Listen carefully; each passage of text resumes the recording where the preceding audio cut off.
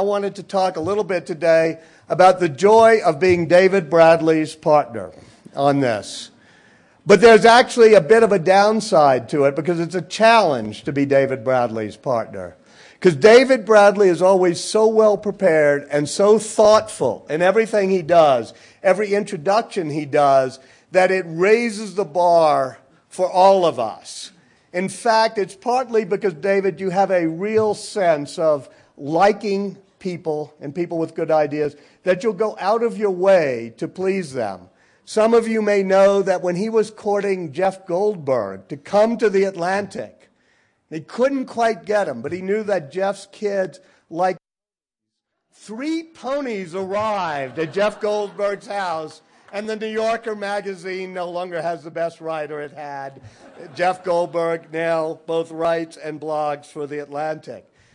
David Bradley is also Zelig-like. When I talked to him about introducing the Bishop T.D. Jakes, he said, oh, yes, we met in an elevator once in Dallas and then had many nice meals together. I'm thinking, how does he know everybody in that way?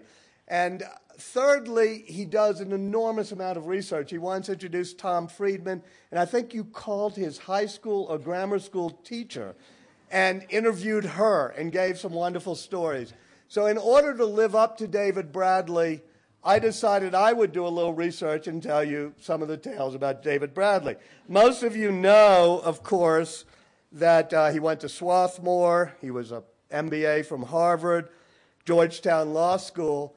There is a tiny line in the biography that intrigued me. It said he interned for Nixon's White House for a very brief period. So I called John Dean. I said, what was that all about?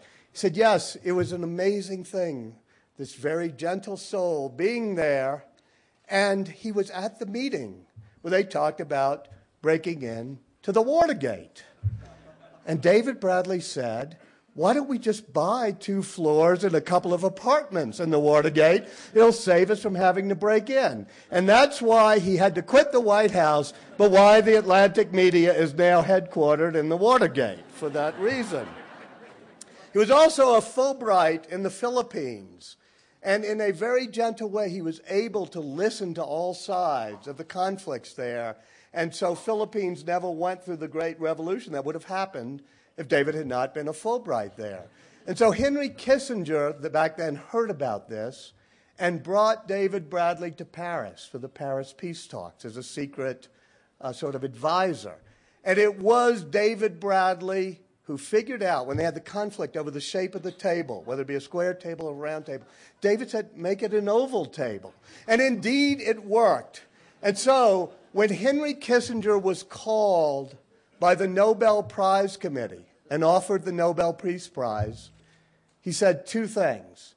He said, first of all, this proves that Norwegians do have a good sense of humor. And secondly, he said, I should share it with David Bradley, because David was the one who came up with the breakthrough idea. And David, being the type of person he is, demurred. He said, it's joy enough to be around people with interesting ideas. There's no need to take the credit or be in the limelight. Then what happened was particularly interesting. He came back and he befriended Isaac Bashevis Singer.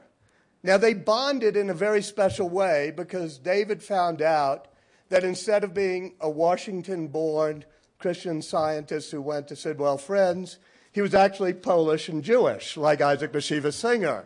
So they bonded on that, and David helped write Isaac Bashevis Singer's great stories when the man went through writer's block. So when the Nobel Prize Committee called Isaac Bashevis Singer, he said the same thing. He said, but I must share it with David Bradley. And David said, no, I just enjoy being around interesting people. I don't want to take any of the credit.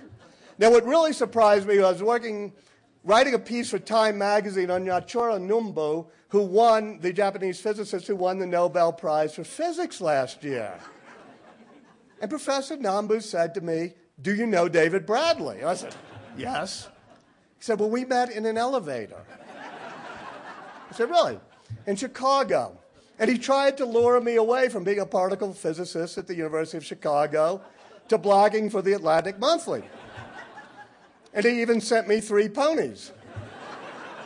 This didn't work because Yachoro Nambu is a 89-year-old Japanese frail physics professor who has no children, so he was sort of baffled by the 3 ponies that arrived. But every month subsequent to that, they would meet and talk at a private little table they had in the Park Hyatt Hotel in Chicago. And at one point, when Professor Nambu was working on the theory of spontaneous symmetry busting in subatomic physics, he was having a problem. And David said, maybe when you have a spontaneous symmetry break in nature, it's because a new particle like the Higgs boson has been invented.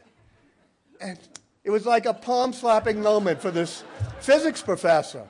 And once again, so you know the story, when they called him and said that he had won the Nobel Prize in physics, he said, yes, but I must share it with David Bradley. And David said, no, it's just a joy to be around people with good ideas. I don't need any of the credit. Now, we've had on this stage many Nobel Prize winners. His Holiness the Dalai Lama was here last year. His Holiness Al Gore was here. His Excellency Murray Gell-Mann and Stephen Chu. But we've never had anybody who's actually declined the Nobel Peace Prize, the Nobel Prize in Physics, and the Nobel Prize in Literature. And that's why it's always such a joy to work with David. Because even though he comes up with the most creative ideas, he always says it's just enough of a pleasure to be around smart people. I don't need to share the limelight. I don't need to take any of the credit. So I want to do something he wouldn't want to have happen. I want to give some of the limelight and bring up David Bradley so you can give him the credit for this wonderful thing.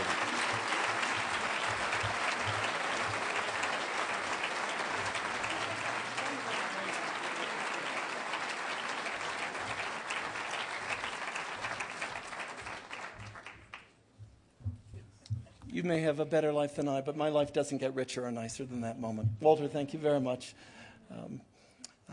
It's a privilege to be the owner of The Atlantic, and I know that's a modest brag, but I've really enjoyed having the stewardship of this one chapter in its 150-year history.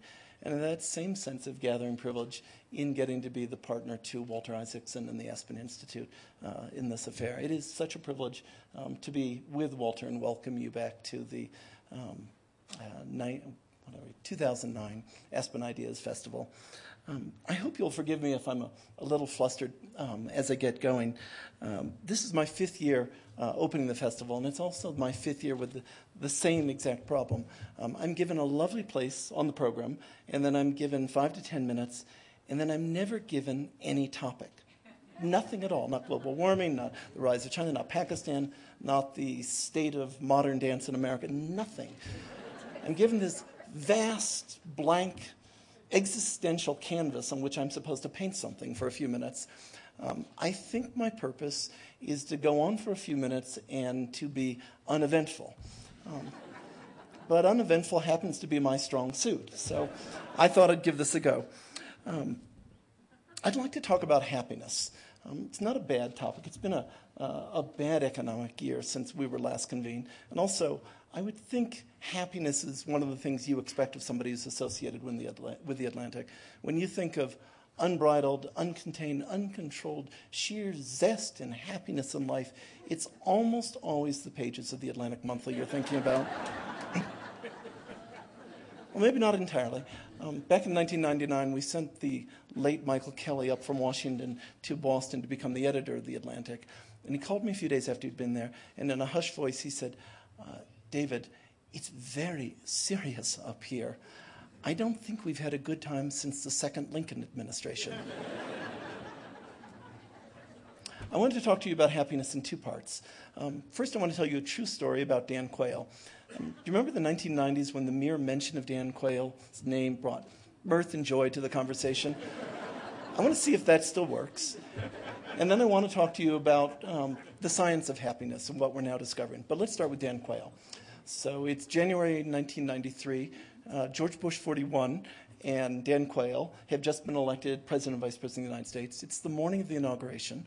And Dan Quayle gets up and he decides that he wants one last chance to be out and among the people. So he goes to a Roy Rogers restaurant in upper northwest Washington. He goes through the line, pays for his food, comes back to the table, and turns to the woman at the table to his left and says, "Hi, my name's Dan Quayle." "Hi," she responds, "I'm your Secret Service agent."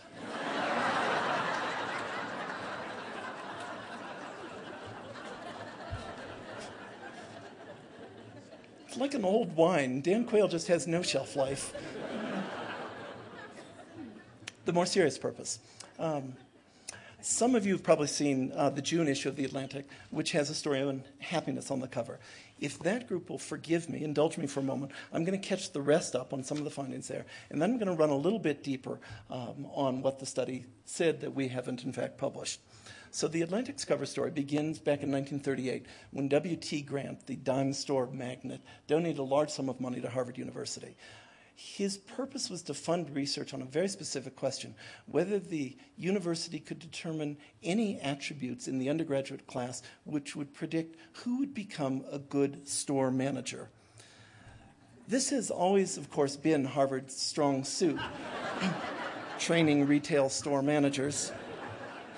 So the university decided to accept the money, and they ran very deep with the research here. They chose 268 students from the classes of 1942, 1943, and 1944, and they did a very serious battery of tests, both medical exams and psychiatric exams, on that group of 268. It's hard to overstate what they did. They put them through the regular physicals, height, weight, body shape, physical condition, and then a medical history all the way back to birth. Then they did 8 psychiatric interviews with each student, talking about everything, their childhood, their family lives, their adolescence, arriving at Harvard, their undergrad years, their hopes for the future, their value systems, looking at the metrics of mental health. And then they sent out social workers all over the United States to each of the 268 homes of the children, the students, and interviewed the parents on site, parents and siblings, about what the family life was like, looking for the narrative of the family, the tensions inside the family, but also looking to see, well, so what's the social class of the family? What's the privilege of the family, and so forth. What's remarkable is that Harvard found the funding to continue the psychiatric and medical exams every 5 years for the rest of these men's lives. So decade after decade after decade, Harvard has been tracking the same 268 people. Now the cohort, it's all men because it was all men back then, half are deceased now, but the study is going on, and it constitutes the largest, longest latitudinal study of a population in the world. One of the things that you can do when you collect this amount of information is get frighteningly intimate portraits of each individual. I thought I'd just read to you one of the excerpts. I've narrowed it down a little bit. So what happened to you? You grew up in a kind of fairy tale in a big city brownstone with 11 rooms and 3 baths. Your father practiced medicine and made a mint. When you were a college sophomore, you described him as thoughtful, funny, and patient. Your mother painted and served on prominent boards. You called her an artist and civic-minded. As a child, you played all sports. You were good to your 2 sisters. You loved church. At Harvard, you continued to shine, and then they give a lot of detail. But listen to how the story, the arc of the curve, begins to go negative as he turns 31. And then what happened? You started smoking and drinking. Your mid-30s, you had basically dropped out of sight. You stopped returning questionnaires. You wrote to say that you'd come to see me in Cambridge and that you'd return the last survey. But the next thing the study heard of you, you had died of a sudden disease. It turns out that you had had an affair with a girl considered psychotic. You looked steadily more disheveled. You had come to see your father as overpowering and distant, and your mother as overbearing. In your last days, you could not settle down. You just sort of wandered, sometimes offering ad hoc therapy groups, often sitting in peace protests. You lived on a houseboat. You smoked dope. What happened to you? What happened to young college student 141? Well before the death of W.T. Grant, Harvard dropped any pretense of studying the retail manager predictions and turned its study to a much more interesting question. Now that we've been studying these people across the decades, can we look back at their medical exams and their clinical exams in the early years and see was there anything therein which predicted their state of happiness in their late 60s, their 70s, and their 80s? So remember, they have been monitoring these people into their 70s and 80s. They know with clinical certainty who is healthy and who is happy. And what they've done is they've taken out that group, that subset that's extremely healthy and happy for their late years, and looked back at the files and said, well, what are the predictors here? What can we see that might tell us something about it? Last year, for the first time, Harvard opened up these files to a reporter, to one of our correspondents. So the cover story is some of the detail from that. There's a 250-page book written by a man named George Valiant, which covers the findings in more depth, and I read that last week. And then there are these exhaustive files. And I thought what I could do here is teach you, in my remaining minutes, everything that Harvard University knows about happiness.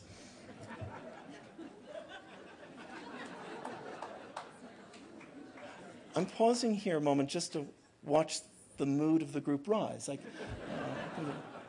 You must be asking the same question that students at Arizona State and University of Miami ask all the time. If you can't turn to Harvard students to find out how to have a really good time, where would you possibly go? So let's begin with non-predictors. These are things that you would think would predict happiness in later life, but turn out not to. So number one, parents' social class, the privilege they come from, the wealth they come from.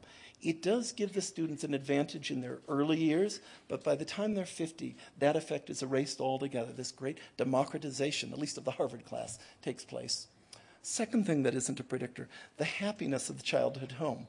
Warmth, love, support. It does not make an acute difference when people reach their 60s, 70s, and 80s. So cold, rejecting mother, no difference. One parent deceased, two parents deceased. In fact, orphans have exactly the same chance of health and happiness in the later years as does any other part of the population. And maybe this third one will be reassuring to some of us. Childhood personality.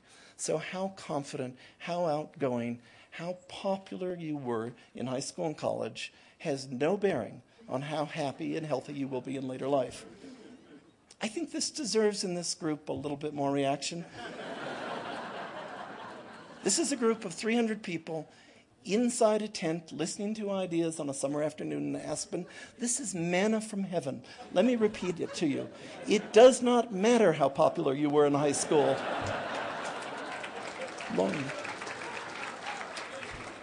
So what in our youth does matter? What predicts happiness and health?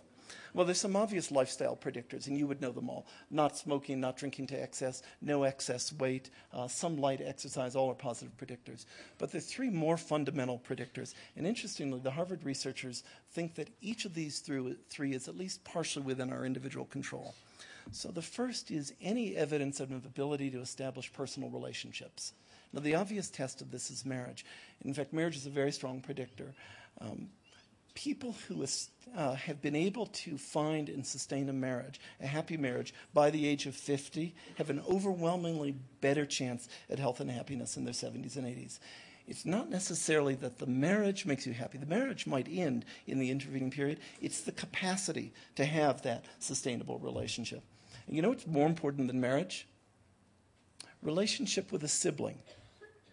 93% of all of the Harvard class who were thriving at age 65 had really strong relationships with at least one sibling in their youth. More generally, friendship, love, the capacity to open up, to take on pain of a relationship. That's a predictor of health and happiness later on. Number two, what the study calls generativity. So what's generativity? Generativity is the discipline of keeping relationships with generations younger than yourself. So the most obvious is, do you have good relationships with your children? But it need not be with your children. It can be with peers, with professionals, with anyone in a younger generation. Generativity is stewardship, mentorship, caring, giving, passing the resources of one generation on to the next generation. The study argues that biology should flow downhill. That is to say that the older generation should, even till its latest years, be in the discipline of giving more to the next generation than they take from that generation. And the process of establishing that relationship is a huge predictor of how happy and healthy people are in their 70s and 80s.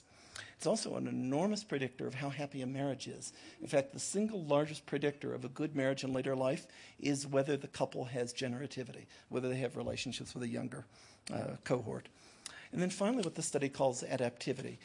The study in the book didn't identify this as the most important. They didn't say it expressly, but I would, reading between the lines, think this is the one they cared about the most. So the Harvard psychiatrists focused on the setbacks and disappointments that the 268 students had across the course of their lifetimes. They weren't so interested in what the disappointment was as what was the response to disappointment. And they took all the responses and they classified them into 4 categories. The healthiest of the categories, when you've suffered rejection or pain of some sort, is bemusement, humor, teachability, addressing the problem squarely, or something they call channeling, taking the emotion of the disappointment and throwing it against something purposeful, like competition in sports or achieving in a job. I've blanked on adaptivity. The consistent quality in adaptivity, the favorable adaptivity is grace, letting go, leaving behind the pain, forgiveness, and moving on. And then you get to the low end of adaptivity. And these are actually clinical pathologies. Paranoia, escape to fantasy, more generally, bitterness, hardening over, refusal to let go. It's the scarring over of the heart that takes place in some moments when you've been disappointed. And the Harvard study's great insight here is every one of the students suffered setbacks and disappointment. It was less important how profound was the setback and disappointment than it was in the process of healing, did you scar over? There were some additional sort of findings in the study that don't go to happiness at all, but I just thought I'd share some of them because they're fun. Regular exercise in college is no predictor of health in later life, no predictor of physical health. Turns out to be a great predictor of mental health. It was a strong correlation. Pessimists, people who are pessimistic in their youth largely stay pessimistic through the whole of their lives. It's one of those attributes of human nature that doesn't change. Republicans across the course of 72 years of study remained more pragmatic and objective than Democrats. I think some of you in the room will like this. Democrats were more sensitive and cultured.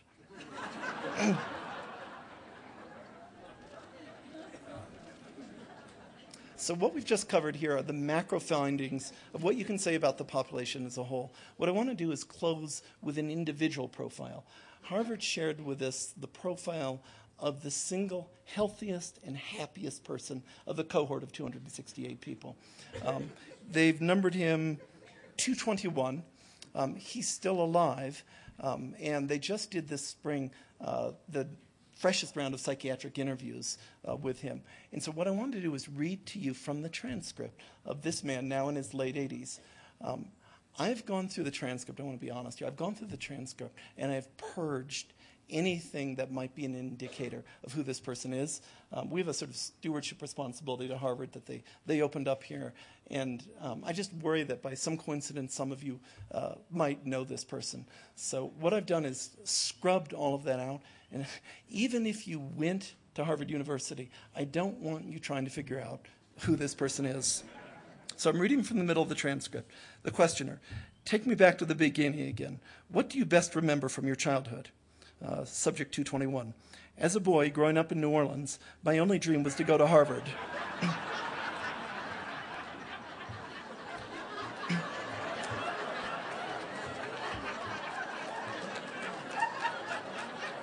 Well, I really wanted to go to Harvard, maybe study at Oxford as a Rhodes Scholar.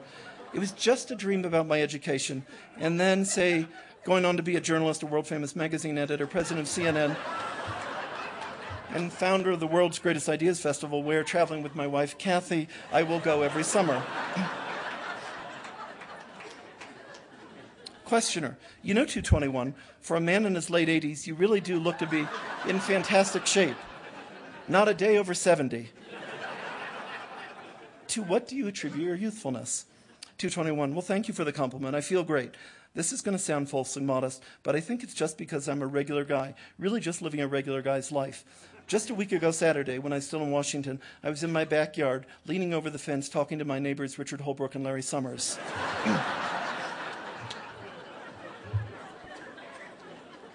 I said to them, hey, how about those Redskins? I could see the sudden conversational fear in their eyes, but I was just joking. I don't even like hockey. So we just talked about the SWAT Valley. 221, you really are the regular guy next door. Right. So later that night, Kathy and I drove Queen Nor over to the Walmart in Chevy Chase. By the way, you really should see Walmart. Wow, I said to Kathy, this place is really big. And hopping with activity, too. Everyone from the neighborhood was there that night. Really nice guy, Don Rumsfeld, greeted us on the way in. Kathy and Her Majesty went off to find something called Brillo pads. I wandered over to the book section to see what they had on Albert Einstein. Sold out, I'm afraid. On the way over to the books, I saw another neighbor, John Edwards, talking to the guy who works the electronics section. They were still chatting when we checked out an hour later. Thank you. Questioner, this is going to be hard for you. Could you tell me something about your sexual fantasies? At this point, the interview is interrupted while 221 takes a phone call. Rom. I've had you on the Aspen program 3 years running. Nothing ever changes in your life. You are always saying the same thing. Really? No, I didn't know that. Well, congratulations. Well, do you think you could get them both to come along? Okay, you've got a deal. We'll put them up in the dorm rooms over at Kresge. Back to the interview. Questioner, well, I've forgotten where we were. Well, how about just one more question? Even if you think of yourself as just a regular guy, there's a great deal that the rest of us admire in you. Harvard College, Rhodes Scholar, best-selling author, arguably the greatest editor of his generation, famous for a circle of friends, legion in number, healthy, happy, successful, beloved. Do you not suffer any of life's regrets? 221, just one. Every time we check out of Walmart, I'm reminded of it. The one ambition I've ever had and now will not realize. Back when I joined the Harvard study in 44, Mr. Grant promised I could be a store manager. He died, 1972. I tell you, said Subject 221, life's just not fair.